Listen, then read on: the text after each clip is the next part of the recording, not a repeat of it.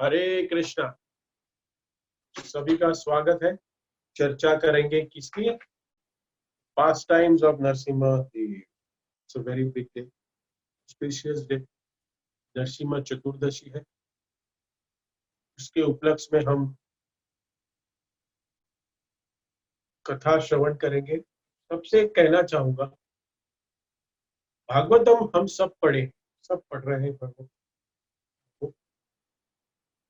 प्रहलाद महाराज की कथा कौन से अध्याय में? 7th कैंटो में आती है ये। और ये 7th कैंटो में दूसरे अध्याय से 10वें अध्याय तक ये कथा है। दूसरे अध्याय से 10वें दूसरे चैप्टर से 10वें चैप्टर तक।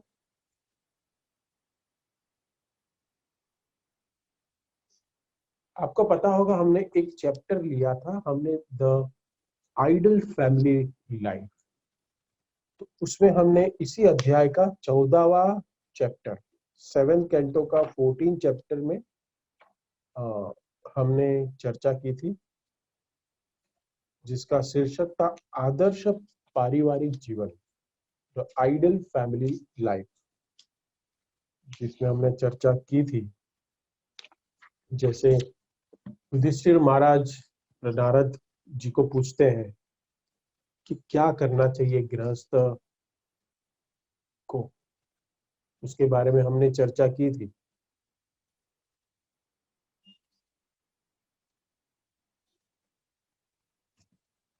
आज हम चर्चा करेंगे फर्स्ट 7वें अध्याय के, स्कंद 7 के दूसरे अध्याय में से,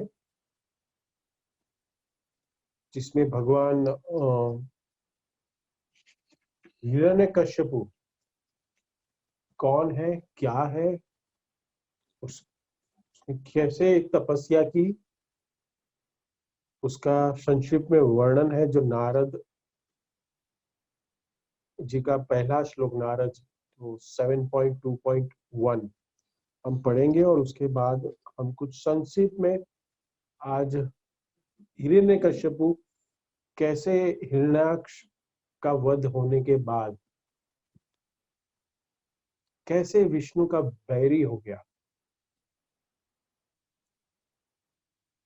और वो कैसे विष्णु से द्वेष करने लग गया, कैसे अपने परिवारजनों को, हिरण्याक्ष के परिवार को, अपने परिवार को कैसे सांत्वना दे रहा है, उसके बारे में भी चर्चा करेंगे। यही अध्याय में आता है। तो हम श्लोक पढ़ेंगे। श्री नारद उवाच भ्रातरि एवं विनिहते हरिणा कोडमूर्तनि हिरण्यकशिपुराजन् पर्यतप्यत रुषासुषा। श्री नारद मुनि ने कहा, हे राजा युधिष्ठिर, जब भगवान विष्णु ने वराह रूप धारण करके हिरण्याक्ष को मार डाला, तो हिरण्यक्ष का भाई हिरण्यकशिपु अत्यधिक क्रुद्ध हुआ और विलाप करने लगा। युधिष्ठिर ने नारद मुनि से पूछा, तात्पर्य है इस डिवाइन ग्रेस ऐसी भक्तिवेदांत स्वामी श्रील प्रभुपाद द्वारा। युधिष्ठिर ने नारद मुनि से पूछा था कि हिरण्यकशिपु अपने ही पुत्र प्रहलाद से इतनी ईर्ष्या क्यों करता था। अतः एवं नारद मुनि ने कथा कहनी प्रारंभ की। इस प्रकार हिरण्यकशिपु भगवान विष्णु का कट्टर वैरी बना।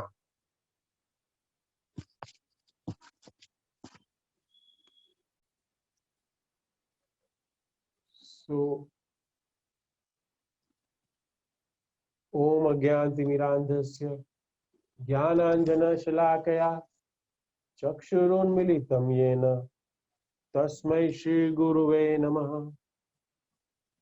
जय श्री कृष्ण चैतन्य प्रभु नित्यानंद, श्री अद्वैत गदाधर, शिवासादि श्री गौर भक्तवृंद। हरे कृष्णा कृष्णा कृष्णा हरे हरे, हरे Ram Ram Ram Hare Hare. So once again I welcome you all. सभी का स्वागत है। हम एवरी इवनिंग जो सत्संग कार्यक्रम करते हैं और आप सभी का उत्साह, इतनी मात्रा में आप लोग जुड़ते हो। लास्ट 4 दिन से हम एक अलग ही रसामृत का आस्वादन कर रहे थे। प्रभुपाद लीलामृत, प्रभुपाद की सुंदर कथाएं, प्रभुपाद ने कैसे हमें ये इस्कॉन दिया, कैसे स्थापना की उन्होंने, हमने इन डिटेल में आप लोगों की कृपा से मुझे भी पढ़ने का मौका मिला और मैंने भी इसका आस्वादन लिया और हमने इन डिटेल में देखा कि प्रभुपाद ने कैसे स्ट्रगल किया। मुझे ऐसे लग रहा था कि आज भी मैं कंटिन्यू करूं।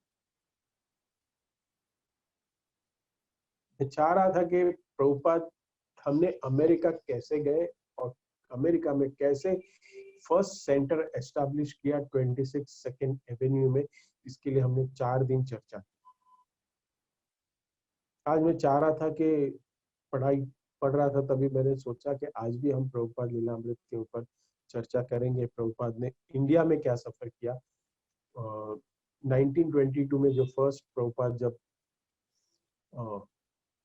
अपने गुरु महाराज तीसरा सरल ठाकुर को मिले और उसके बाद जब 1965 में अमेरिका गए तो वो 43 इयर्स में प्रभुपाद ने क्या क्या किया, उसकी लीला बाकी है, हम करेंगे। आई होप ये नरसिंह चतुर्दशी समाप्त हो जाए। हम 3 दिन प्रयास करेंगे, हम इसके ऊपर कथा करेंगे प्रहलाद महाराज, क्योंकि जो भी फेस्टिवल आता है तो उसके ऊपर चर्चा करेंगे, थोड़ा हम भाव में रहते हैं। तो मैंने सोचा ठीक है, चलो हम 7वें अध्याय पे हिरण्यकश्यपु के आज हम थोड़ा आगे का पाठ लेंगे कि हिरण्यकश्यपु क्या था, कौन था, कैसे था, क्या उसने कैसे उसने ये बल प्राप्त किया था, अमरत्व प्राप्त किया था। जैसे नरसिम्हा चतुर्दशी परसों है, तो ये बहुत ही पावन पर्व है, बहुत ही सुंदर है ये। तो ये इसमें श्रीमद् भागवतम में बहुत ही अच्छे से वर्णन किया है। और अब आप कहोगे 700 पेजेस, सेकेंड अध्याय से 10वें अध्याय तक ये पूरे प्रहलाद महाराज के अलग अलग चैप्टर में है। तो हम उसमें से चर्चा करेंगे ये अगले 3 दिन। श्रीमद् भागवतम का जो ये 7वां स्कंद के प्रारंभ में ही हमें ये दूसरे अध्याय में प्रश्न जब पूछते हैं युधिष्ठिर महाराज नारद जी मुनि को, जो हमने अभी श्लोक पढ़ा, और नारद जी ने जो उसका उत्तर दिया, उत्तर देने का प्रयास, कथा स्टार्ट की। तो युधिष्ठिर महाराज ने पूछा कि कैसे शिशुपाल वो मुक्त हुआ। आप जानते हैं धनवक्त और शिशुपाल की कथा, कैसे वो मुक्त हो गया। शिशुपाल हर बार 99 गलतियां करता था, वो भगवान को गालियां देता था, एक रुकता था और रुक जाता था, एक बार बन। लेकिन ये बार जब वो राज यज्ञ में आया था, तब वो काउंट पार कर लिया, अपनी सीमा पार कर लिया, जिसके वजह से बेसिकली ये हम सभी के साथ भी होता है। कभी कभी हम किसी के प्रति ईर्ष्या रखते हैं ना, क्रोध रखते हैं, तो धीरे धीरे वो बढ़ते रहता है और एक ऐसी स्थिति आती है तो अपने आप का आपा खोद बैठता है। उसको नहीं पता होता वो क्या कर रहा है, क्यों कर रहा है। 99 जाके वो कितनी बार भी रुक सकता है, पूरी जिंदगी जिंदा रह सकता था, लेकिन भगवान कृष्ण के हाथ से ही मरना था। उसकी भी हमें स्टोरी पता है कि 100 गालियां जब तक नहीं कंप्लीट करेंगे तब तक नहीं मारेंगे। बहुत सारी चीजें हैं उसमें कि किसी की मृत्यु टल नहीं सकती है। और दूसरी बात ये भी है कि इसमें से सीखना क्या चाहिए। अगर हम अपने आप से नियंत्रण नहीं रखेंगे, असुरों से भी सीखने के लिए बहुत है हमारे जीवन में। ऐसे नहीं है कि भक्तों देवताओं से ही सीखना है, हमें असुरों से भी सीख सकते हैं। लेकिन असुरों से क्या सीखना है? भगवान से द्वेष करना, वो नहीं करना है। क्योंकि क्या नहीं करना है, जो क्या नहीं करना है ना, ये तो उनसे ही करना सीखना पड़ेगा, क्योंकि उन्होंने ये सब किया है ना। क्या और क्या करना है वो भक्त से सीखेंगे। तो क्या नहीं करना है, जो वर्जित है, जो असुरों ने किया है, वो हमें नहीं करना है, तो सीखने लायक है। और आपको मैं बता दूं कि कई बार क्या नहीं करना है ना, वो ज्यादा जरूरत होती है हमारे, बहुत जरूरी है। क्योंकि क्योंकि हमें बहुत जरूरी है कि क्या नहीं करना है, क्योंकि हमें नहीं पता होता कि हम क्या करें, कहां से स्टार्ट करें। बहुत जरूरी है। तो हमने देखा कि दंतवक्र और शिशुपाल, उसको क्या है, वरदान मिले थे। भगवत गीता में 16वां अध्याय जो हम लोग ने चर्चा कर चुके हैं, उसमें इसमें पहले के जो हमने देखा, जो देवी संपत्ति का वर्णन है उसमें, आपको याद होगा, demoniac nature and divine nature. बहुत मुश्किल होता है डिस्क्राइब करना, उस पर कनेक्शन ही नहीं है, क्योंकि वो गुण है ही नहीं। वो किसी के भी संपर्क में आए, वो शुद्ध हो जाता है। उनसे जुड़ी हुई चीजें भी जो संपर्क में आती है भगवान से, वो भी शुद्ध हो जाती है। उद्धव गीता आपको पता है, वो सबसे पहले भगवान के ज्ञान का, भगवान के बारे में गुणगान करते हैं, और बाद में भगवान का गुणगान करने में बोलते हैं कि जो योगी, जो ज्ञानी, जो भक्त बहुत बहुत तप करके भी नहीं प्राप्त कर पाते, वो आपका महाप्रसाद, आपका अंग से छुआ हुआ माँ गार्लैंड, तुलसी पत्तल चरण का कमल का फूल, ऐसी चरणामृत, ये सब अलग अलग विधियों से शुद्ध हो जाते हैं भगवान को प्राप्त कर। इसके लिए हमारे आचार्यों क्या बताते, ये न केन प्रकारेण, हमें आपको, हमारा जो चित्त है, हमारा किसी ना किसी प्रकार से हमारे मन को भगवान के चरण में लगाना है। शिशुपाल इतना अगेंस्ट था, लेकिन वो वो प्रतिकूल भक्ति में आता है। असुर भक्ते असुर बन के जब हम स्मरण करते हैं ना, तो भगवान की भक्ति नहीं मिलती। भगवान का स्मरण, जैसे हमने देखा, रावण राम राम राम का हमेशा याद करता था।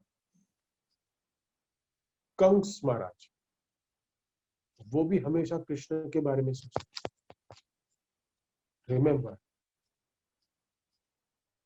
लेकिन स्मरण करेंगे ना, उसका प्रभाव तो होगा, ये निश्चित है। लेकिन जब भक्ति भाव जब आएगा, तो प्रेम का सेवा करने की इच्छा जागती है। सो प्रेम से सेवा करने की इच्छा कब जागृत होगी? जब हम भगवान के भक्त बनेंगे और भक्तों के संग में हो सकते। भक्तों के संग में ही वो अनुकूल सेवा करने की, भगवान के सेवा करने की हम कोशिश कर सकते हैं, और होता भी। आचार्य ने हमें कहा है। लेकिन भगवान के संग का, स्मरण का शक्ति बताने के लिए बात बताई जाती है। कि हमें सीखना है इससे कि भौतिकवादी से भी ज्यादा रिलेशन नहीं बनाना है, उससे कोई ज्यादा फायदा नहीं होने वाला। और भगवान के साथ अगर ढीला वाला भी संबंध बन गया ना, उससे बहुत फायदा होगा, ये बात समझिए।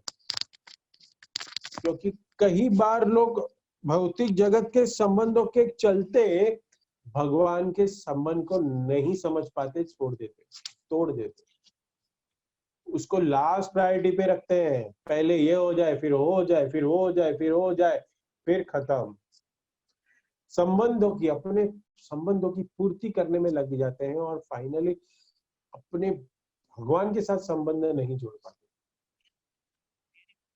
सभी संबंधों का ध्यान रखना है, ऐसा नहीं है सामाजिक जो व्यवस्था है उसको नहीं तोड़ सकते, लेकिन वो व्यवस्था को संभालते हुए हमें अनुकूल भाव से भगवान की सेवा करनी।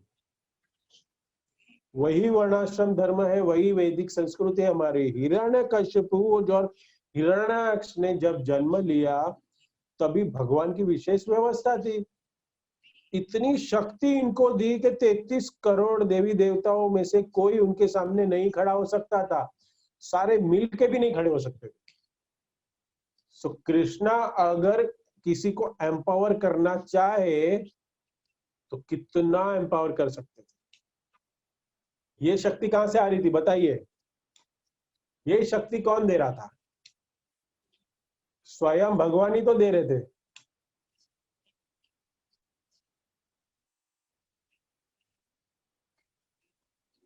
इसको कैसे समझेंगे? एक बंबई का बहुत बड़ा गुंडा है, बहुत शक्तिशाली। उसके घर में इलेक्ट्रिसिटी जो जलती है वो कहां से जलती है? रिलायंस मास्टर कौन सा कनेक्शन होगा उसके पास, टाटा पावर होगा या कोई, तो भी वहीं से आती होगी ना उसके पास, उसकी खुद की तो नहीं है ना। उसी तरह हिरण्यकश्यपु और हिरण्याक्ष के पास जो शक्ति थी वो किसके पास से आती थी? तो जो भी शक्तियां हैं वो सब भगवान से ही आ रही है। तो ये दोनों को भगवान ने एम्पावर किया है। असुरों को भी भगवान देते हैं। तो फिर प्रश्न ये निकलता है कि प्रभु जी आप बोल रहे हैं कि ये तो शक्तियां भगवान की है और भगवान से ही आई है, तो फिर ये नरसिंह रूप बना के ये सब करने की क्या जरूरत थी?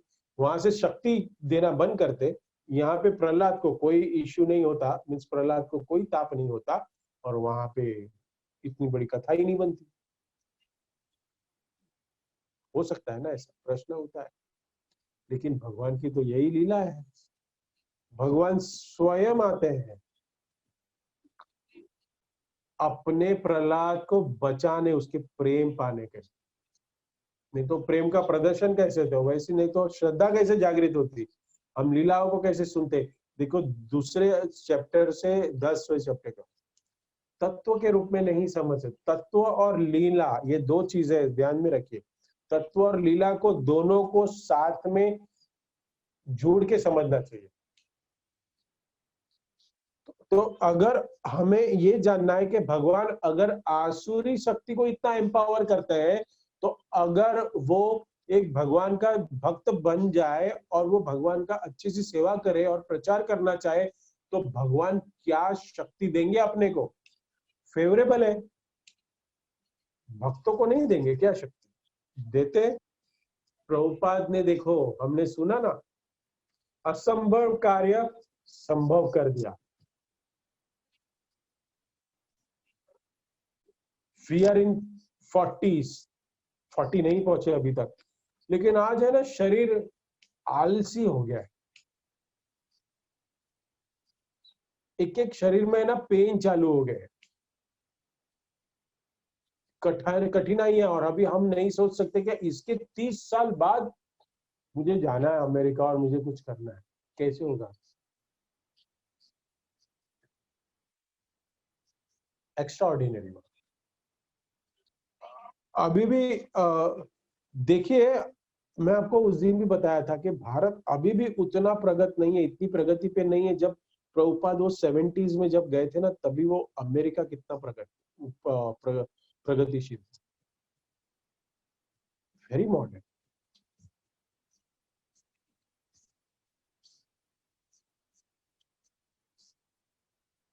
बहुत जरूरी है समझना हमें।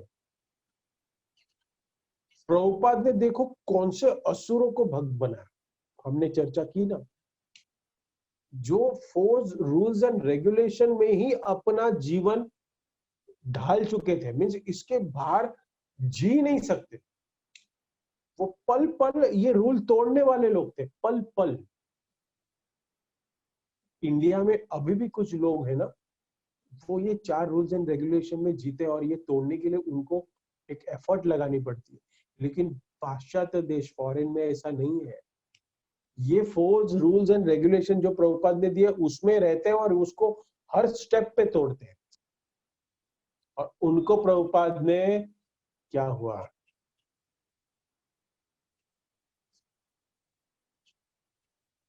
प्रभुपाद जी बहुत शुद्ध भक्त थे, लेकिन भावना तो थी उनमें कि कोई कोई भक्त छोड़ के जा रहा है, अरे उसको भक्त बनाने की कोशिश की लेकिन वो नहीं समझ रहा है। हमने देखा ना कल कि प्रभुपाद अपने रूम में थे 307 में और उधर मारने लग गया वो, और फिर प्रभुपाद तुरंत भागे, कुछ भी नहीं लिया और भाग गए।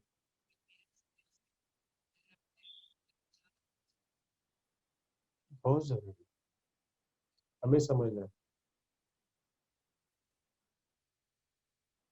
तो कलयुग में है ना, भौतिक जगत में ये भक्ति करना ये सहज कार्य नहीं है। कलयुग में समझना बहुत आवश्यक है कि भगवान कृष्ण ने शिल प्रभुपाद को एम्पावर किया और उसका कितना प्रचार हो रहा है और अभी भी हो रहा है। हिरण्यकशिपु जो अभी है, क्या है, अवसरवादी था वो, अपॉर्चुनिस्ट बोलते हैं ऐसे लोगों को। जितने भी राजनेता जो राजा है ना, ये उनका गुण होता है। अगर ये नहीं नहीं ये गुण है ना, तो वो राजा सक्सेसफुल नहीं है। जब जब हिरण्याक्ष का वराहदेव ने वध किया, क्यों किया, क्योंकि हिरण्याक्ष इतना विध्वंस करने लगा, इतना परेशान करने लगा कि पृथ्वी अपना बैलेंस, संतुलन खो बैठी, वो गिर गई नीचे।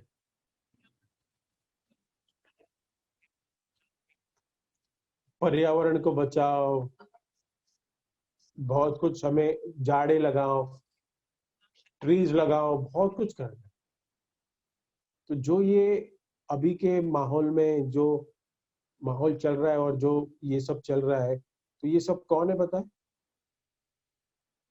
ये हिरण्याक्ष के ही प्रतिनिधि। ये रिकॉर्ड हो रहा है इसलिए मैं बोल नहीं सकता, बट आप देखिए सिमिलर, पृथ्वी नीचे नहीं जा रही है लेकिन आज पृथ्वी रुक गई है, धरती रुक गई, कंट्रोल में नहीं आ रहा है। ये किसने किया ये, कोई तो भी हिरण्यकश्यपु बैठा है ना कहीं, कोई तो भी एक एक होगा असुर, महाअसुर, जिसके वजह से आज पूरी दुनिया में उत्पात मचा हुआ है। महाअसुर ये हिरण्याक्षी है वो बंदा, हिरण्यकश्यपु ही है वो जो करने वाला है वो।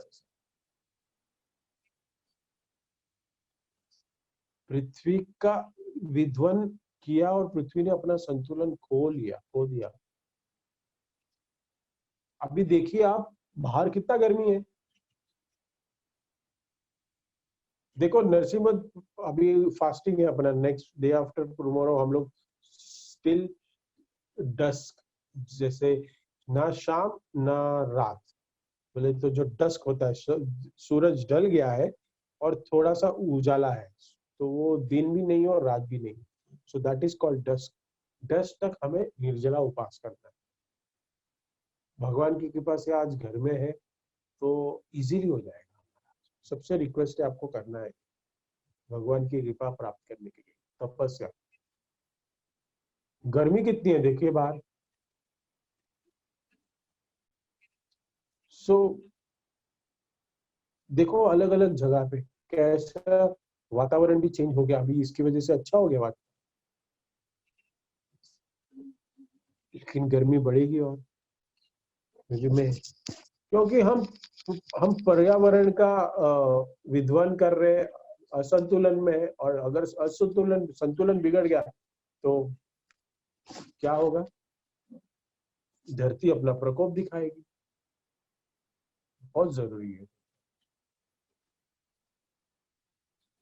ये। जो हिरण्याक्ष को फिर भगवान ने जन्म लिया और मारा, और फिर वापस वरादेव के रूप में आया, और फिर वापस पृथ्वी को अपनी जगह पे स्थित किया। और ये कार्य से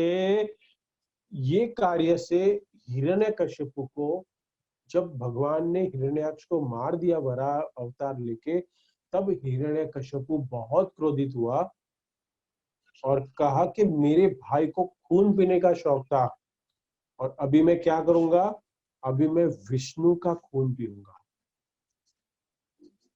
बोलने लगा कि वो विष्णु अपने आप को बहुत बड़ा समझता है, भगवान समझता है ना। एक पॉइंट इसमें सीखने लायक, पहले जमाने के जो असुर थे ना,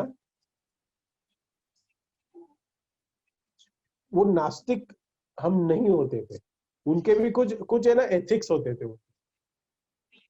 वो भगवान को मानते थे, वो नहीं बोलते थे कि भगवान नहीं है, भगवान है, लेकिन हम उनकी अथॉरिटी को नहीं स्वीकार करेंगे।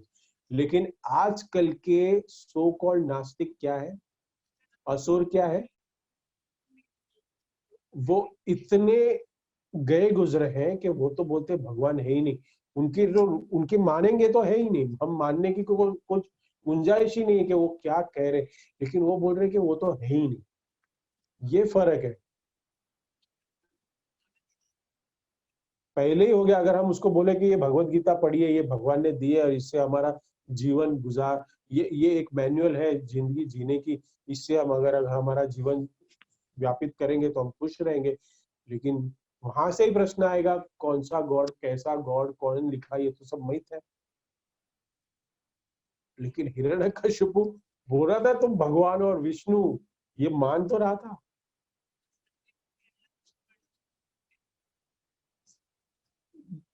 भगवान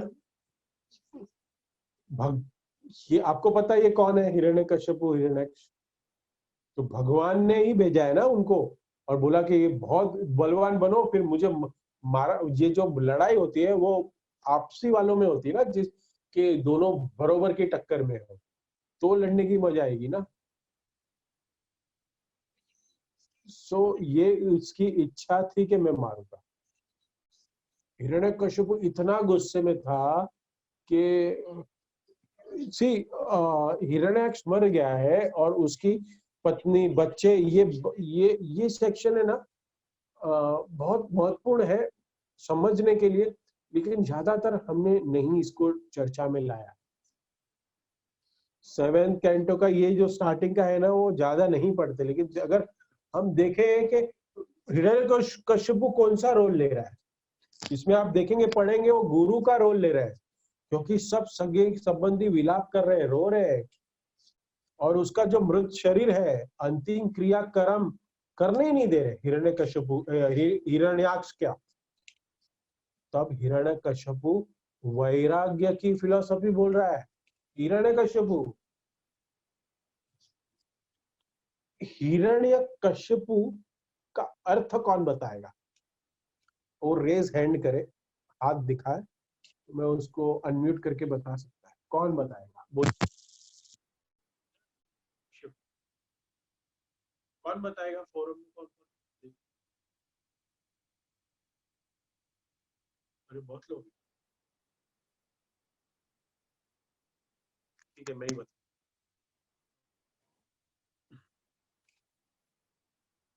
हिरण्य एंड कश्यप, ये दो शब्द है। वेल्थ एंड सेक्स, धन और सेक्स। हिरण्य सोना, वेल्थ, कश्यपु धन और सेक्स लाइफ। हिरण्य कश्यपु का अस्तित्व इसके ऊपर पूरा निर्भर है। अगर हिरण्यकश्यपु समझ लिया ना, तो ये भौतिक सभ्यता अभी जो चल रही है ना, आधुनिक प्रगति जो हो रही है ना, उसको समझना है कि हिरण्यकश्यपु कितना ड्यूअल पर्सनालिटी था। जरूरत पड़ी ना अभी तो क्या करने लगा? वैरागी, प्रचार करने लगा, ये शरीर नश्वर है, आत्मा अमर है, एक शरीर से दूसरे शरीर में जा रहे हैं आत्मा, अगर आप पढ़ेंगे तो उसमें। तो कि कौन बोल रहा है? हम भूल जाएंगे एक नारद जी बोल रहे हैं या हिरण्यकश्यप बोल रहे हैं? सुत गोस्वामी, सुखदेव गोस्वामी, नारद मुनि, बीच बीच पे ये प्रसंग आता है, इसमें कभी कभी कंफ्यूजन हो जाता है, कौन बोल रहा है? फिर पीछे जाके देखते हैं, अरे भगवान हुआ, अरे युधिष्ठिर हुआ, अरे क्योंकि हिरण्यकश्यप ना बहुत अच्छा स्पीकर था, यज्ञ की कहानी मारने बताई, ऐसे बहुत सारी कहानी उसको जानता था, ये ज्ञानी था। ये एक राजा का ये लक्षण है कि वो राज दरबार में जब बैठे थे ना, तो सबको कैसे कन्विंस करता था। एक ही समस्या थी, वो जो बोल रहा था ना, सबको ज्ञान दे रहा था, उसमें उसकी कोई श्रद्धा नहीं थी। असुर अमंते, जो अपने शरीर के भोग में आनंद लेता है, वो असुर है। कैसे अपने शरीर से आनंद लिया जाए, वो असुर है। प्रहलाद ने अपने स्कूल में पढ़ते थे ना सब, उन्होंने एक स्कूल खोला था अपने ही स्कूल में, उसका नाम था भक्त प्रहलाद।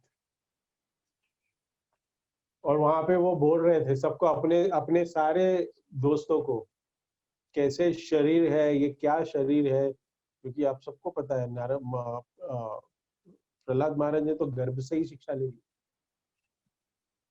जीवन बहुत छोटा है, 50 साल हम क्या करने में निकाल देते हैं, आगे आएगा वो। आधा जीवन सोने में निकल जाता है, सुबह शुरू के 10-15 साल खेलने कूदने में निकल जाते हैं, आखिरी के 15-20 साल वृद्धावस्था में शरीर क्षीण हो जाता है, उसमें कोई काम नहीं कर सकते हम लोग। और बीच का जो समय होता है वो पति पत्नी धन कमाने में निकाल देते हैं, तो समय कहाँ मिला भक्ति? ये प्रहलाद शिक्षा दे रहे बच्चों को अपने, तो गुरु के आश्रम में ये प्रहलाद महाराज शिक्षा दे रहे अपने दोस्तों को कि बहुत कम जो बीच का ये बहुत सुनने लायक है ये प्रहलाद महाराज की टीचर्स, कि हम 17-18 साल तक तो भक्ति करते ही नहीं, क्योंकि हम तो खेलने कूदने में लगे। और पिछले के जो लास्ट के जो 10 साल बचते हैं हमारा अंत समय आने के पहले, तभी ना हमारी आंखें काम करती है, ना हमारे पास दांत होते हैं, ना हमारे पास हाथ है, जहाँ हाथ में शक्ति होती है, ना पैरों में शक्ति होती है, तो भक्ति कैसे करें? अपने आप को समर्पण कैसे करें? पॉसिबल ही नहीं है। और ये दोनों अगर लाइफ में से निकाल ले 30 साल, तो बचा कितना? और 30-35 साल उसमें अगर हम सोने का ऐड करें, खाने का, घूमने का, ये सब ऐड करें, तो कितना? 50% निकाल दो, 15 साल। उसमें भी बहुत सारी हमारी जिम्मेदारी, ये सब हम करें, भक्ति करेगा कभी? प्रभु जी ऑफिस का टाइम है, प्रभु जी इसका प्रॉब्लम है, उसका प्रॉब्लम है, ये है वो है, ये होते रहता है, चलते रहता है।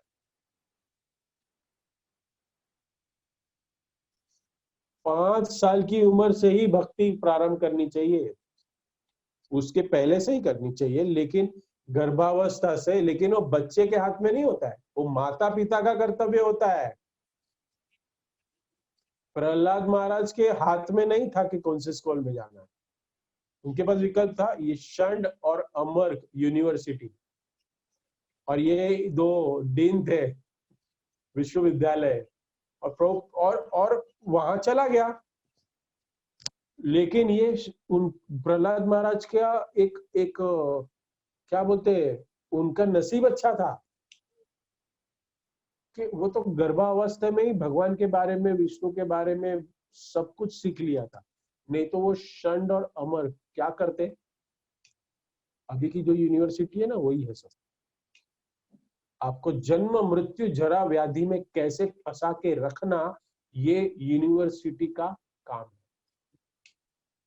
पढ़ाई कराते हैं जो ये कर्म पढ़ाई, कर्मी पढ़ाई हम करते हैं, इससे कोई इसके ऊपर नहीं जा सकता, वो नीचे नीचे फंसते जाता है। ये तो अच्छा था, सिर्फ हिरण्यकशिपु ने वहां पे भेजा सीखने के लिए, लेकिन प्रहलाद महाराज के हाथ में नहीं था ये।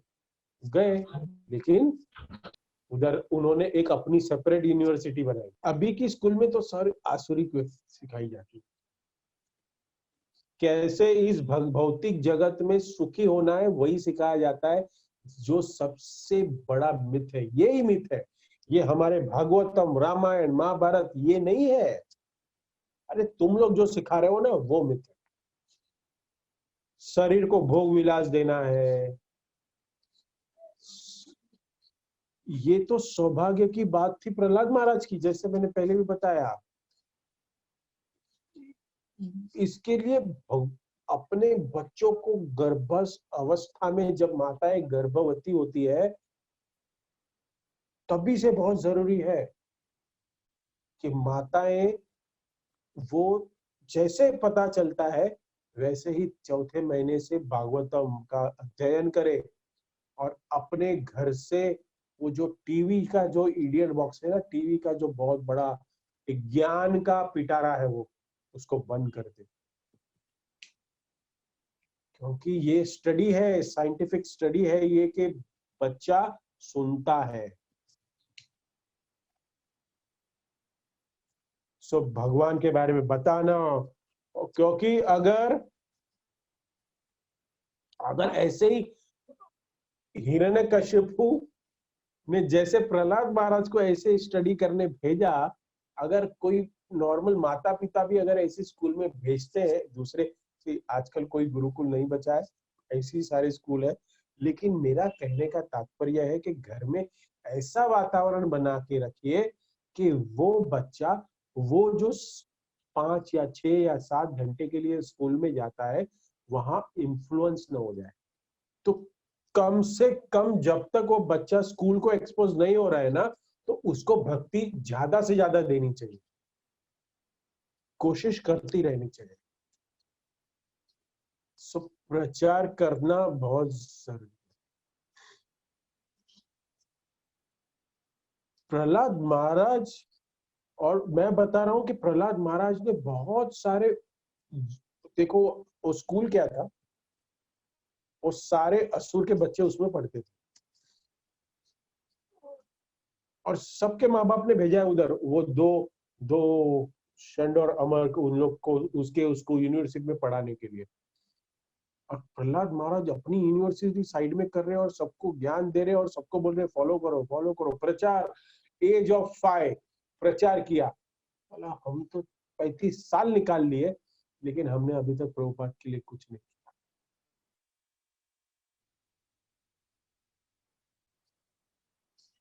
फिलोसॉफी सिखाते थे प्रहलाद महाराज। आपको एक बोलता हूं मैं, फिलोसॉफी है ना, फिलोसॉफी कि क्षत्रिय को नहीं बोलना है। जो मैनेजमेंट में होते हैं ना, ये आप अपने ऑफिस लाइफ में भी सीख लो। जो मैनेजर होता है ना, वो अगर फिलोसॉफी बोलेगा ना, तो उसका एजेंडा लेके आ जाएगा। वो एजेंडा को प्रूव करने के लिए शास्त्रों का तर्क वितर्क सहारा लेंगे, क्योंकि शास्त्र इतने विशाल, इतने विस्तृत है कि कोई भी पॉइंट लेके है ना, आप कन्विंस करते हो, प्रूव कर सकते हो। इसलिए ये कार्य ना ब्राह्मणों का है। ब्राह्मणों का कोई एजेंडा नहीं है, क्योंकि अगर कोई कोई मैनेजर, कोई बिजनेसमैन है ना, वो अपनी बात सही कहलवाने के लिए अगर वो शास्त्रों से कुछ देता है, तो क्या होगा, वो अपनी बात मनवा देगा और शास्त्रों को उलट पुलट करेगा। इसलिए क्षत्रिय को नहीं है, ब्राह्मण को ये अधिकार दिया है। शुद्ध ब्राह्मण, भिक्षावृत्ति, सरल जिए, दूसरे जगह चले गए, एक दूसरे से किसी के प्रति कोई ऑब्लिगेशन नहीं, कोई कंट्रोल नहीं कर सकता है, किसी से सैलरी नहीं मिलती है। ये ब्राह्मणों का लक्षण है। मुझे है ना, कल नहीं परसों, लास्ट वीक थर्सडे को एक व्यक्ति से मैं डिस्कस कर रहा था, और वो डिस्कस में उसने मुझे तर्क वितर्क चल रहा था। उसने एक बार मुझे कहा, मैंने उसको काट रहा था, मैं वो जो बोल रहा था ना, वो भी अपना कुछ थोड़ा ज्ञानी था।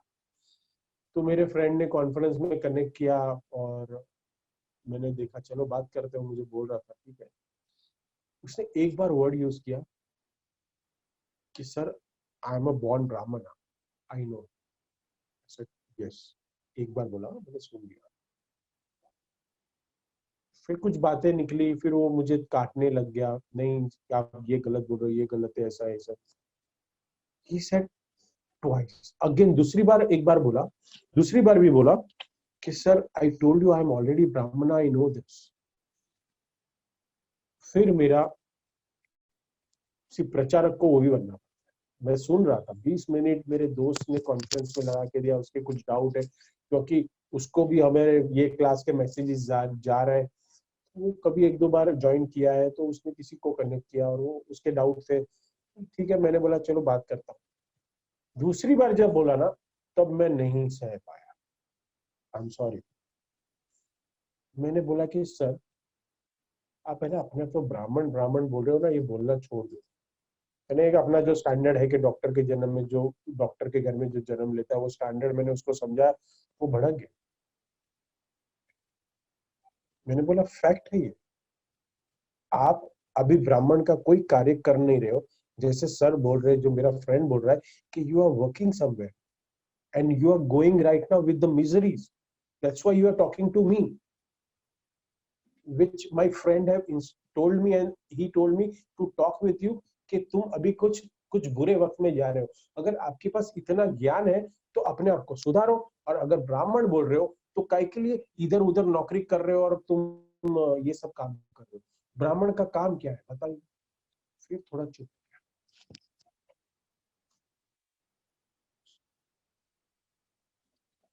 ब्राह्मणों का एजेंडा नहीं होता कोई। ब्राह्मण है ना, अगर कोई भी ब्राह्मण, आपको बोल देता हूँ, अभी मार्केट में बहुत शुद्ध ब्राह्मण नहीं बचे, लेकिन जो भी बचे अशुद्ध जो भी कुछ भी है, अगर पैसे के ऊपर अगर आपके साथ कुछ बातें होती है ना, तो समझ जाओ वो ब्राह्मण नहीं, वो शूद्र से भी गया। क्योंकि ब्राह्मण को रिक्वायरमेंट बचा के रखने, ब्राह्मण को पैसा इकट्ठा करना अलाउड नहीं है, लिख के रखो।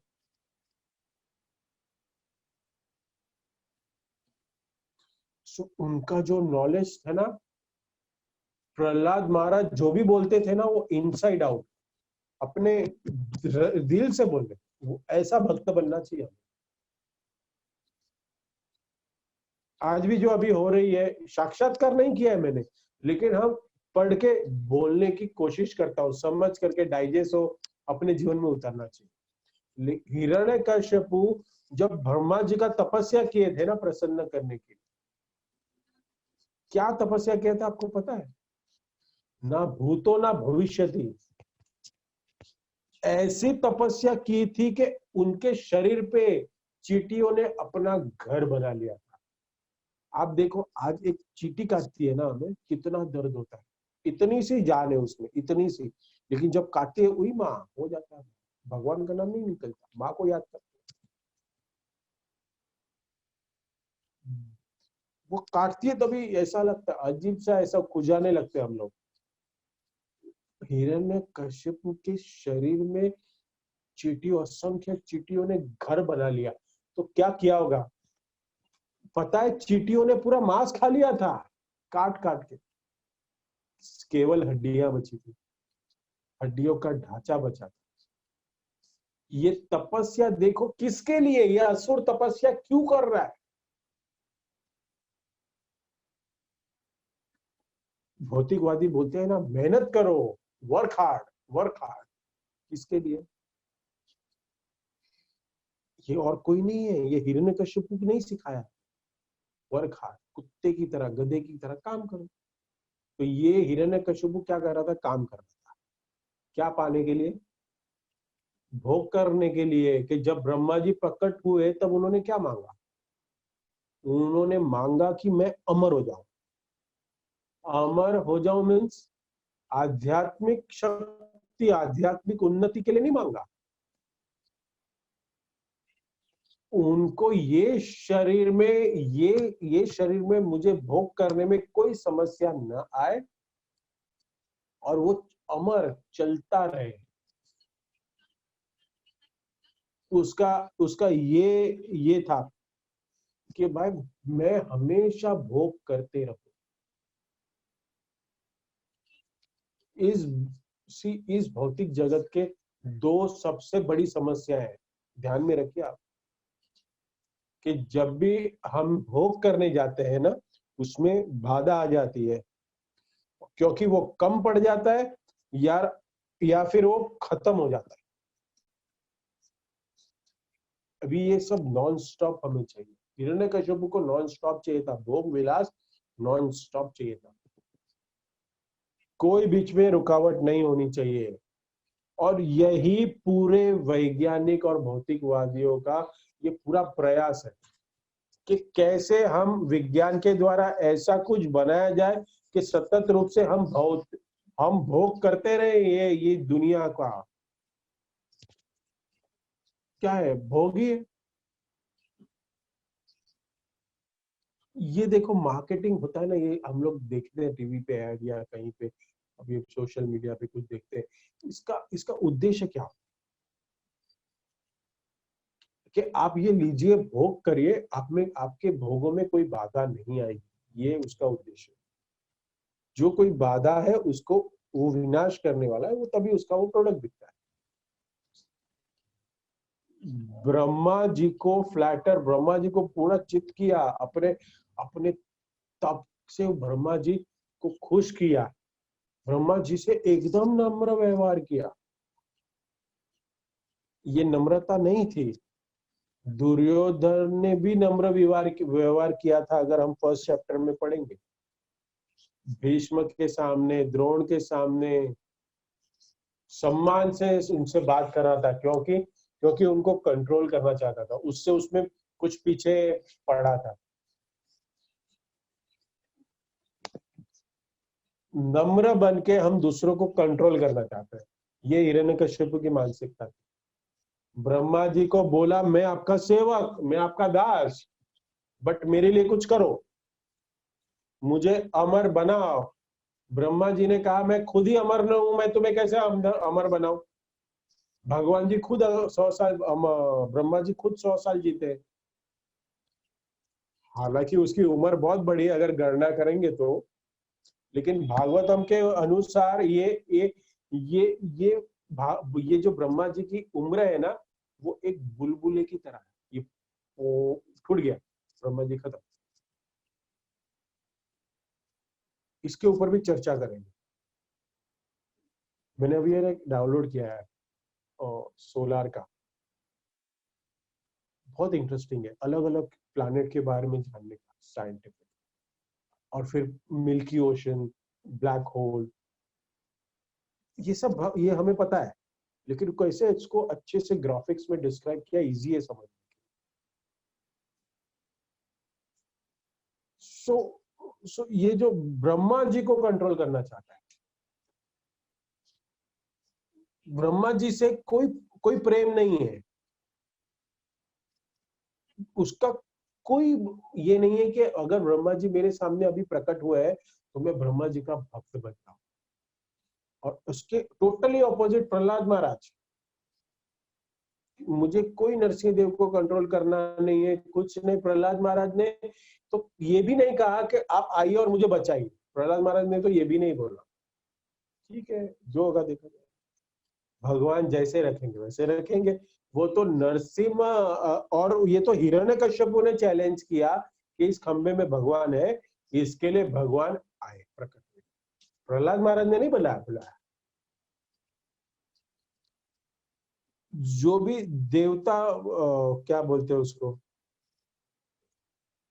ये जो देवताओं की पूजा करते हैं ना, कुछ पाने के लिए ना वो वो मांग रहे थे, वो भीख मांगते हैं। नरसिंह देव प्रहलाद महाराज से भीख में, वो बोलते हैं कि भीख मांग रहे थे प्रहलाद महाराज से नरसिंह देव कि भाई मैं प्रकट हुआ हूँ, कुछ तो मेरे से ले ले, कुछ तो भी मेरे से मांग ले।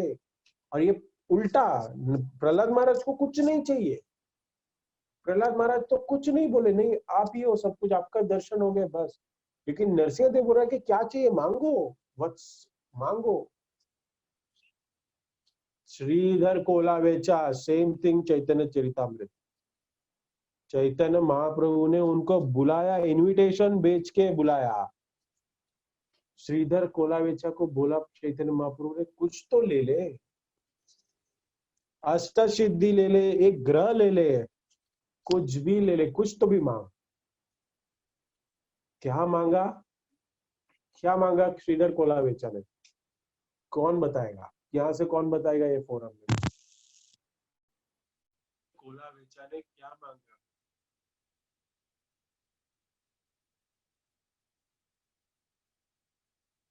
श्रीधर कोलावेचा क्या बोला मालूम?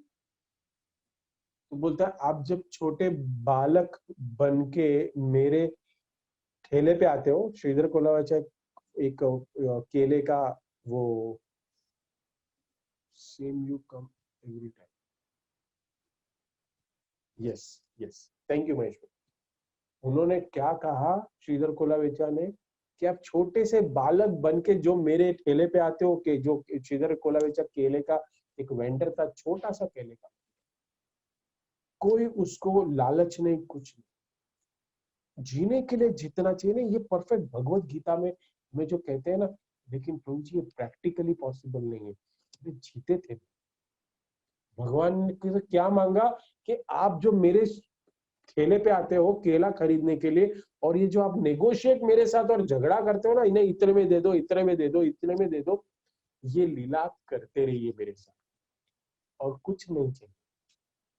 You come every day to my shop and you buy. ये भक्त का भाव होना चाहिए। ये भक्ति का गुह्य गुह्य ये सब गुण है। इंटेंशन बहुत जरूरी होता है। जब आप फिलोसॉफी बोल रहे हैं, आप किसी के बात कर रहे हैं ना, तो आप कितनी भी मीठी बात करें, लेकिन अगर इंटेंशन नहीं पता ना, तो इम्प्रेस नहीं होते। कोशिश करते हैं हम कैसे वहां से छू मंतर हो जाए, भाग जाए। आपने देखा होगा ये कि व्यक्ति घुमा रहा है। हिरण्यकश्यप था, राइट फिलोसॉफी बोल रहे थे, बट इंटेंशन क्या था? विष्णु को मारना। आप रामायण भी अगर पढ़ेंगे ना, तो जब रामचंद्र जी वनवास में थे और भरत जी अपनी क्या बोलते हैं प्रजा के साथ आए थे, पूरे पूरे उनको वापस लेने के लिए, भरत भरत उद्देश्य क्या था? कि उद्देश्य क्या था कि अगर ये नास्तिक फिलोसॉफी बोल के पे अगर मैं ये भगवान राम को वापस लेके जा सकता हूँ, नहीं अगर इसकी सेवा करने का अवसर मिल सकता है, तो नास्तिक फिलोसॉफी भी अच्छी। भगवान कृष्ण ने भी है ना एक फिलोसॉफी कही है गोवर्धन पूजा के पहले। किस भगवान की बात कर रहे हो? ये सब कर्म का खेल है। आप अगर ध्यान से पढ़ेंगे ना, तो उसमें बहुत बहुत डीप मीनिंग है, जो वो ब्रजवासियों को भगवान कृष्ण जो कहते हैं। लेकिन कारण क्या था कि वो फिलोसॉफी से ब्रजवासी भगवान की तरफ समर्पित हो सके, इसके लिए भगवान ने बोला। इंटेंशन अगर हमारा सही है ना, बाह्य बाह्य रूप से कोई व्यक्ति गलत तरीके से व्यवहार कर सकता है, शायद वो ज्यादा महत्व करना है। लेकिन कुछ परिस्थिति ऐसी आती है कि हमें अंदर कुछ अलग और बाहर कुछ अलग करना पड़ता है। परिस्थिति आती है, तो व्यक्ति का हमेशा आपको समझना चाहिए उसका इंटेंशन क्या है। आपसे बाहर से बहुत प्यारी प्यारी बातें करेगा, आपको हटाएगा अच्छी अच्छी अपनी प्यारी प्यारी बातों से। आपको उसमें समझना पड़ेगा। सी ये हिरण्यकशिपु गया प्रहलाद ब्रह्मा जी को उन्होंने बोला कि मुझे वरदान चाहिए थे। इससे हमें सीखना चाहिए कि ये हिरण्यकशिपु हमारी जिंदगी में भी आता है, ऑफिस में भी आ सकता है, घर में भी आ सकता है, रास्ते पे मिल सकता है, कहीं भी मिल सकता है। और फिर वो हमसे बातें करेगा और हमें सोचना पड़ेगा ये क्यों मेरे से ऐसी बातें कर रहा है, ये मेरे से क्या चाहता है। किसी के भी रूप में आ सकता है। चलो बोल देता हूँ, विशेष रूप से संबंधों में एक्सटर्नल चीजों से प्रभावित होते हैं और हम धोखा खा जाते हैं। डार्विन पद्म पुराण से एवोल्यूशन का फिलोसॉफी ले लिया और सोल निकाल के रख दिया। सोल ट्रांसमाइग्रेट फ्रॉम लोअर फ्रीसिस टू अपर फ्रीसिस, उसने सोल को बाजू में रख दिया। बॉडी ट्रांसमाइग्रेट हो रहा है, उसने ये बताया डायरेक्ट। कैसे हो सकता है? इंटेंशन की, एटीट्यूड की। हिरण्यकश्यपु फिलोसॉफी बोल रहा था विदाउट फेथ अपने रिलेटिव्स को, लेकिन संजय ने राइट एटीट्यूड में भगवत गीता धृतराष्ट्र को सुनाई। देखिए, धृतराष्ट्र को कुछ फर्क पड़ा? पूरी गीता सुनने के बाद उसको कोई फर्क नहीं पड़ा। वॉर खत्म होने के बाद भी वो वही चेतना में था। भीम को कुचल, गले लग के उसको कुचल के मारना चाहता था, लेकिन संजय गीता सुनने के बाद पूरी तरह से ओतप्रोत हो गए। क्यों? Attitude, intention. क्योंकि वो सुनने की ललायता से वो वहां बैठे थे संजय और सुन रहे थे। मन और बुद्धि वहीं रखा था, लेकिन धृतराष्ट्र का इंटेंशन कुछ अलग था। सुन रहा था लेकिन वो सोच रहा था कुछ अलग, कि कैसे मेरे बेटे बच जाए। कि कृष्णा तो ये करने ही वाला है ऐसा। इंटेंशन गलत था। हम सुन रहे हैं, रोज कथा सुन रहे हैं, लेकिन इंटेंशन क्या है, हमें क्या करना है। Where I will be after 1 year in material life, हम उसका ज्यादा सोचते हैं, but after 1 year I where I will be in spiritual life, we never thought on this. हमने सोचा ही नहीं है कि मैं प्रभुपाद के मिशन के लिए 1 साल के बाद क्या करके दिखाऊंगा, मैं क्या कर सकता हूं। नो, ये नहीं हमने सोचा। ड्यूअलिटी पे हम थे, ये नहीं चलेगा। Hiranyakashipu, philosophy without character is useless. आजकल का एजुकेशन, विद्या, उसको चरित्र निकल गया है। स्किल्स, ये देखो, एक एक सेंटेंस है, skills have divorce from the character. अगर आप किसी कंपनी में आप नौकरी के लिए जाएंगे ना, आजकल आपको कोई चरित्र के बारे में नहीं पूछता है, आप किस तरीके से बैठते हो, व्यक्ति हो, क्या चरित्र हो, कोई नहीं पूछता है। आपकी सिर्फ स्किल्स देखे जाते हैं, आपकी डिग्रीज देखी जाती है, आपको रख के मुझे कितना फायदा होगा, यही एवोलेट किया जाता है। दुर्योधन के पास बहुत दक्षता थी, भीम से भी ज्यादा कुशल था दुर्योधन, बहुत शक्ति थी दुर्योधन के पास। गदा युद्ध में उसको कोई हरा नहीं सकता, क्योंकि उसके गुरु कौन थे? स्वयं बलराम। लेकिन चरित्र बेकार, बेकार। इसके लिए ऐसी विद्या, ऐसी एजुकेशन का निर्माण करना होगा जहां दक्षता तो हो, शक्ति हो, लेकिन चरित्र भी। अर्जुन का चरित्र देखिए आप, स्वर्ग में जाके जब वहां पे सुंदर अप्सरा है,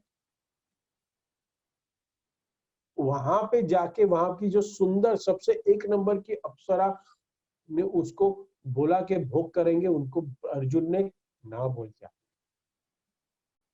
नो, ये चरित्र है ना, निर्माण किया जाता है, ये ओवरनाइट नहीं आता।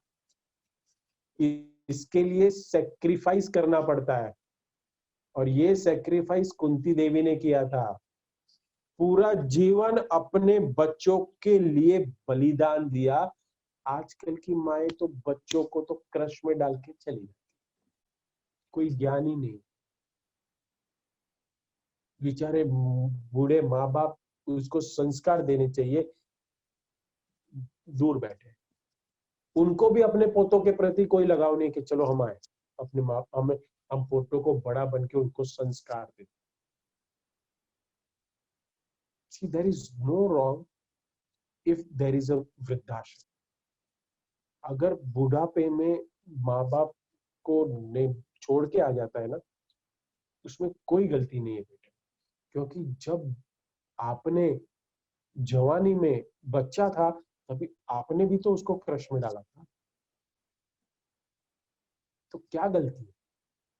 पूरा सिस्टम इनबैलेंस हो गया है हमारे अभी, कल्चर नहीं रहा। माँ का रोल बहुत इंपॉर्टेंट होता है, चरित्र निर्माण करता है।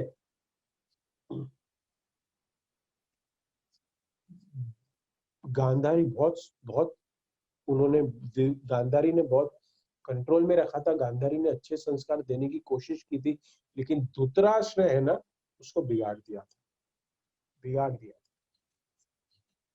पूरी तरह से धृतराष्ट्र आसक्त थे पुत्र प्रेम में, पुत्र मोह में। जो भी वो गलत चीजें मांगता था ना, ये परफेक्ट एग्जाम्पल है बच्चा बिगड़ने का, कि माँ अच्छे से कंट्रोल कर रही है लेकिन पिताजी विपरीत कार्य कर रहा है, पिताजी बिगाड़ रहा है उसको। दोनों का कर्तव्य बनता है कि उसको शास्त्र के स्वरूप वो बच्चे को हम शिक्षा दें। बहुत जरूरी।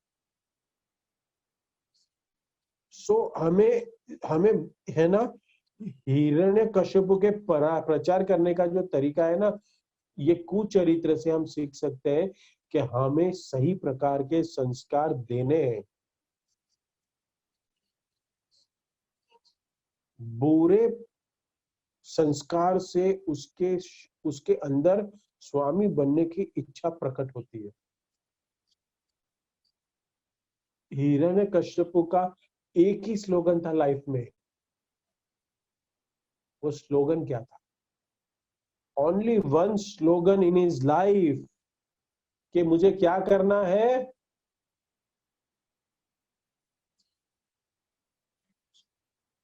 मेरा नाम पूरे विश्व में विख्यात होना चाहिए, और ये विष्णु को सब लोग भूल जाए और सिर्फ बोले हिरण्यकश्यप की जय, हिरण्यकश्यप की जय। और कोई भी विष्णु को याद नहीं करेगा, उसको कोई भगवान नहीं मानेगा, मेरी पूजा करे सब लोग। यही था, उसको पूरा कंट्रोल चाहिए था लाइफ में, ऑब्सेस, सबको मी, माई और आई उसका परफेक्ट एग्जाम्पल था। हमेशा वो, ये बहुत इंपॉर्टेंट है। हिरण्यकश्यप है ना, तपस्या क्यों की? तपस्या करना बहुत डिफिकल्ट है। देखो अभी हमें परसों है ना, निर्जल एक उपास करना है। क्या करना है? निर्जल उपास करना है, शाम को 7 बजे तक, जो भी 10 का टाइम होगा, 6:30, हम देखेंगे कैलेंडर। सुबह से पानी नहीं पीना है और शाम तक। अभी से टेंशन आ जाता है, और बाद में अभी आएगी जून मंथ में निर्जल एकादशी भी आएगी, पूरे दिन पानी नहीं पियेंगे, नेक्स्ट डे पीएंगे। ये कलयुग में हम इतनी छोटी सी करने को भी है ना, हम थक जाते हैं, शरीर साथ नहीं देता हमारा। लेकिन डेडिकेशन और कन्विक्शन होगा ना, सब सही हो जाएगा, भगवान देते हैं शक्ति। ये देखो हिरण्यकश्यपु ने क्या तपस्या की। यही तपस्या अगर जो भोग के लिए की जाती है ना, वो चिंता का कारण बनती है। क्योंकि जैसे ही वो भोग की मात्रा कम होती है ना, वैसे ही वो चिंता बढ़ते जाती है। सिंपल फिलॉसफी है, तराजू। तेरी ब्रह्मा जी ने कहा तो तेरी इच्छा तो है, तू मेरे से बहुत कुछ मांग रहा है। बहुत बहुत मुश्किल है ये, भौतिक जगत में मुश्किल है मेंटेन करना। क्योंकि तेरे पास कितना भी ऐश्वर्य मिल जाए, कितना भी तुझे मैं दे दूं, सुख सुविधा कितनी भी मिल जाए, बनाए रखने के लिए बहुत मुश्किल है। ब्रह्मा जी ने कहा, मुझे बताइए ऐसी कौन सी दुनिया की पोजीशन है जिससे और ऊपर जाने की उसको कोई लालसा नहीं होती। ऐसी कौन सी मटेरियल पोजीशन है कि बस अभी इसके ऊपर नहीं है कोई। हमें लगता है प्रभु जी लाइफ इतना सेटल हो जाए, ये हो जाए, वो हो जाए, वो हो जाए, उसके बाद करेंगे। अरे नहीं होता ही, मेरा एक्सपीरियंस नहीं है अभी। आचार्यगण, सीनियर गृहस्थास, उनका ये एक्सपीरियंस है, नहीं होता है। हम बोलेंगे प्रभु जी ये सब इतना होने के बाद है ना, कोई समस्या नहीं रहेगी, सब ठीक हो जाएगा, लेकिन नहीं होता है मेरे भाई, नहीं होता है। चिंता वो हो जाती है कि अगर मैंने ये पोजीशन बना ली, मुझे एक एक एक प्रमोशन मिल गया, फिर वो बनाए रखना, उस पे परफॉर्म करना, वो एक बड़ी चिंता होती है।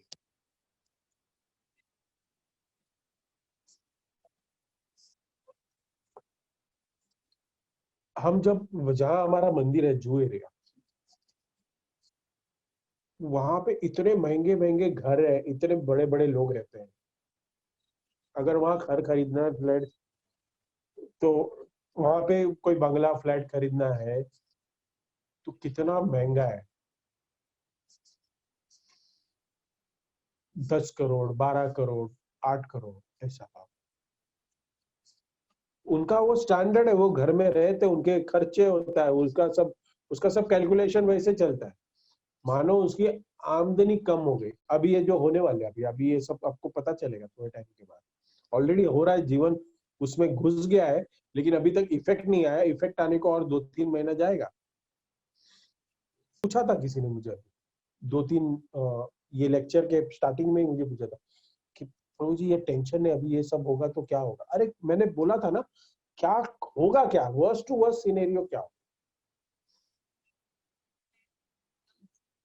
कि वहां से निकल के अगर कहीं रह रहे हो उससे जगह पे कहीं गांव चले जाओ, या कुछ, मैंने बोला था। लेकिन हम नहीं जा सकते, क्योंकि हम एक स्टैंडर्ड जीना हम नहीं छोड़ सकते।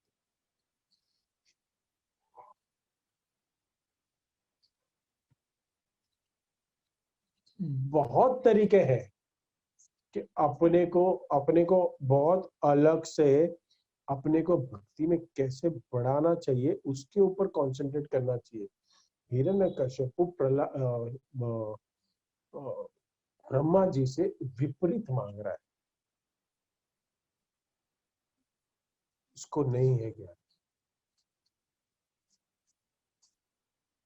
हमें समझना चाहिए इसको, अपने जीवन में इसको जोड़ना चाहिए। ये कथाएं नहीं है, ये स्टोरीज नहीं है। मुझे किसी ने परसों के दिन ही बताया कि पूरी लास्ट 2-3 दिन में बहुत मजा आ रही है, स्टोरीज है ना। अरे ये थोड़ी बच्चे लोग की ये है कि ये कोई मैं कॉमिक पढ़ के स्टोरी बता रहा हूँ और स्टोरी सुन रहे, नहीं। सुनना मीन्स आत्मसात करना और उसको अपने जीवन में उतार के बिहेव करना। हमने इस पे चर्चा की थी कि आचार्य की सेवा, गुरु की सेवा क्या होती है। प्रभुपाद डिसाइपल्स हमने देखे, प्रभुपाद के को गुरु समझ के गुरु का आदेश का पालन, प्रभुपाद ने भी अपने गुरु का आदेश का पालन कैसे किया, किस कंडीशन में किया, क्यों करना था बताओ। ऐसी जगह पे जाना, सब करना क्यों? पूछिए अपना कि प्रभुपाद के मन में क्या था। और ये आपको एक ही प्रश्न मिलेगा कि भगवान की भक्ति सबको देना और सबको बैक टू गॉडेड लेके जाना। ये करुणा थी। आज का थीम यही है कि जब व्यक्ति को भौतिक सुख, आज का जो हिरण्यकशिपु से हमें क्या सीखना है कि जो भौतिक सुख प्राप्त करने की इच्छा होती है ना, वो कांस्टेंट एंजाइटी में उसका जीवन बीतता है। जस्ट टू मेंटेन, तुम्हारा तुम्हारा वो मेंटेन करने के लिए है ना, आपको आपको उस पे बहुत हार्ड, बहुत ही मेहनत करनी पड़ती है। लेकिन जब एक बार भौतिक सुख की इच्छाएं, लोग भौतिक सुख को प्राप्त करने की इच्छाएं निकल जाती है ना, तो सुखी हो जाते हैं। Basic needs is must necessary. Basic needs सबको चाहिए।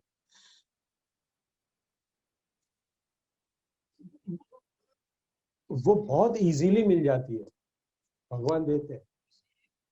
सो ब्रह्मा जी ने कहा भाई तू मेरे को, मैं तुम्हें दूंगा ना, वो तू मेंटेन नहीं कर पाएगा। ब्रह्मा जी बोले कि तू नहीं मेंटेन कर पाएगा। आप एक पत्थर को लेके, आप समझो एक पत्थर दिया हो, पत्थर को लेके कितना टाइम खड़े रहोगे? भले 2 किलो का है, लेकिन दिनों दिन आपको कहे कि वो 2 किलो का पत्थर या 5 किलो का पत्थर, वो आप दिनों दिन पकड़ के रहना, खड़े रहोगे? नहीं, मुश्किल है।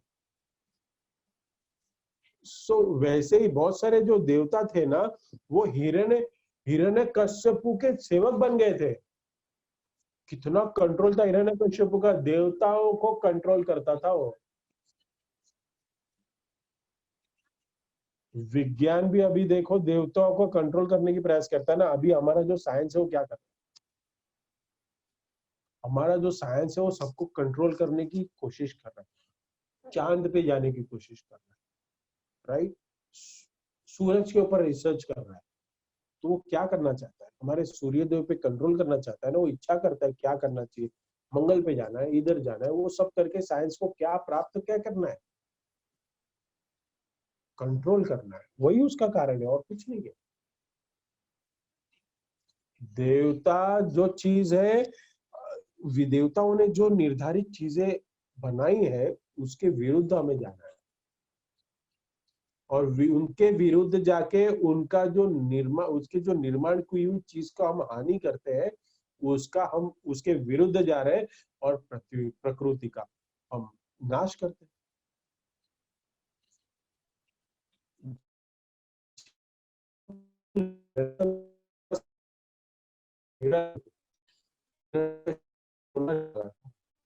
नीचे से। और पेट्रोल निकाल रहे हैं हम लोग, उससे क्या हो रहा है पता है? पॉल्यूशन हो रहा है। पूरा कैलकुलेशन गलत हो रहा है। जो हमारे फ्यूम्स का, ये जो हमारे लेयर्स का, ये ये लेयर खराब हो गया, ये लेयर खराब हो गया, ये सब हो रहा है। पृथ्वी के विरुद्ध जाना है, देवताओं के विरुद्ध जाना है। और हिरण्यकश्यप के क्या कंट्रोल था? वो है ना, हिरण्यकश्यप देखो ऐसा है ना, ऐसा भी करता था ना, ये अपने भोरे भी ऊपर उठाता था ना, तो देवता लोग भाग के आते थे। लिखा है, क्या साहब क्या चाहिए, क्या साहब क्या चाहिए, क्या चाहिए, कैसी सेवा करूं? अगर नदी की, ऐसे लिखा है, आगे आएंगे श्लोक, अगर हम डिटेल में, अगर आप पढ़िए, 3 दिन है, नदी ऐसी बह रही है ना, अगर हिरण्यकश्यप किनारे जाके नदी को कहे कि उल्टी बननी है, तो वो उल्टी बहना चालू होती। ये डैम है ना, डैम, ये क्या है? नदियों का विरुद्ध प्रवाह करना, वही तो हो गया, प्रवाह को रोक के रखना। अभी आम का सीजन चल रहा है, उसकी इच्छा हुई दिसंबर में आम खाने की, उसकी इच्छा कभी भी होगी ना आम खाने की, वो हिरण्यकश्यप को मिलेगा, उसको वो फल मिलेगा। आज आज वैज्ञानिक भी तो वही कर रहे हैं कि आम आपको दिसंबर में भी, वो माजा क्या, मैंगोला और जो सब है, वो सब आपको मिलेगा फ्रीज करके। वो ये आम सिर्फ 2 महीने पहले मिलता था, अभी तो थ्रू आउट द ईयर इसके परिणाम भी भुगतने पड़ते हैं, क्योंकि क्योंकि क्योंकि हम बेमौसम की चीजें खाने से बीमारियां होती। उसके पास बहुत कंट्रोल था हिरण्यकशिपु के पास, जो चाहिए वो हाजिर। लेकिन इतना सब होने के बाद भी भागवतम का के उसका वर्णन क्या है?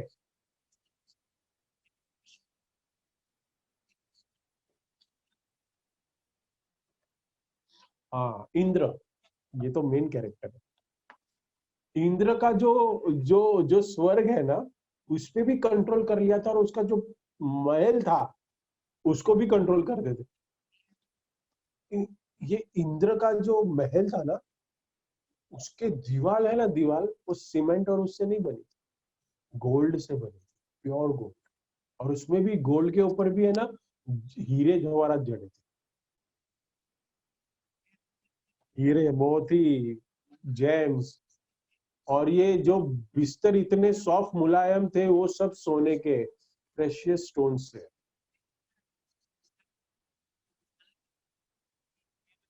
वाइन्स, ब्रेवरेज अलग अलग प्रकार के, देवता सब ऐसे क्या बोलते हैं, उसकी जो पूरे उसमें जो सेवक थे वो भी सब देवी देवता इंद्र के उसके, क्योंकि वो तो है ना, वो राजा एक पदवी, उसको कंट्रोल कर लिया था हिरण्यकशिपु। हिरण्यकशिपु का इतना खौफ था, ये सब कुछ इंद्र ने दे दिया, ऐसे ही दे दिया और भाग गए। भय था। बड़े बड़े माउंटेन्स, क्रीड़ा स्थली के अलग अलग जगह पे हम जाते हैं ना, वैसे तो भागवतम में ऐसा बताया गया है कि कि ये जो सब कुछ है ना, ये जो नेचुरल और ये सब है, इतना सब शक्ति प्राप्त करने के ये सब है ना, उसके पास ऐसे ही आता है। अगर वो सोचे ना, अभी अगर हमको लगा कि हम यहाँ पे हिल स्टेशन में जाए तो हमें जाना पड़ेगा ना, लेकिन हिरण्यकशिपु उनको यहाँ बुला, सब कुछ कंट्रोल में था, उस सब कुछ कंट्रोल में आ, सब प्रकार के जो जो हिरण्य, ये सब होने के बावजूद भी है ना, मेन अभी आता है कि हिरण्यकशिपु असंतुष्ट था। अरे ऐसे कैसे प्रभु जी, इतना सब कुछ, इतनी सुख शांति है, सब कुछ है, अभी क्यों चाहिए? वो पागल है हिरण्यकशिपु। हमको सब मिला तो हम तो मस्त से रहेंगे, भक्ति करेंगे, ये सब करेंगे। लेकिन हिरण्यकशिपु इतना सब कुछ होने के बाद भी असंतुष्ट है। ना तृप्त इंद्रिया, इसमें आता है भागवत में श्लोक। अतृप्त क्यों था? क्योंकि इंद्रियां नियंत्रण में नहीं थी। जब तक व्यक्ति की इंद्रियां नियंत्रण में नहीं आती, तब तक वो खुश नहीं रह सकता, क्योंकि इंद्रियों की डिमांड रोज बढ़ती है, बढ़ते जाती है, असीमित है। और जैसे उस इंद्रियों को भोगने की थोड़ी कमियां हो जाती है, वो इंद्रिय नहीं भोग पाती, तो वो माइंड को सेंस देता है, माइंड को वो एक सिग्नल पहुंचाता है। फिर माइंड अपना डिजायर बढ़ाने का काम चालू करता है, और फिर माइंड अपने मन में उसके अपने माइंड अपना फिर वो मन विचार करना चालू करता है, फिर अपने इंद्रियों को वो सिग्नल देता है, फिर वो इंद्रिया उस प्रकार से काम करना स्टार्ट करती है।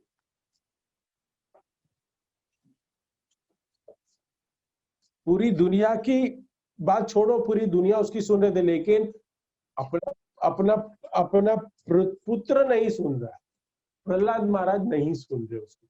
बोलो, ये सबसे उसका बड़ा एक डिफिट था, ये उसका सबसे बड़ा प्रॉब्लम था। चित्रकेतु महाराज दुखी थे, पुत्र हो गया, उसके बाद मर गया पुत्र, दुखी हो गए, क्या करें? बहुत सारे उदाहरण है जीवन में।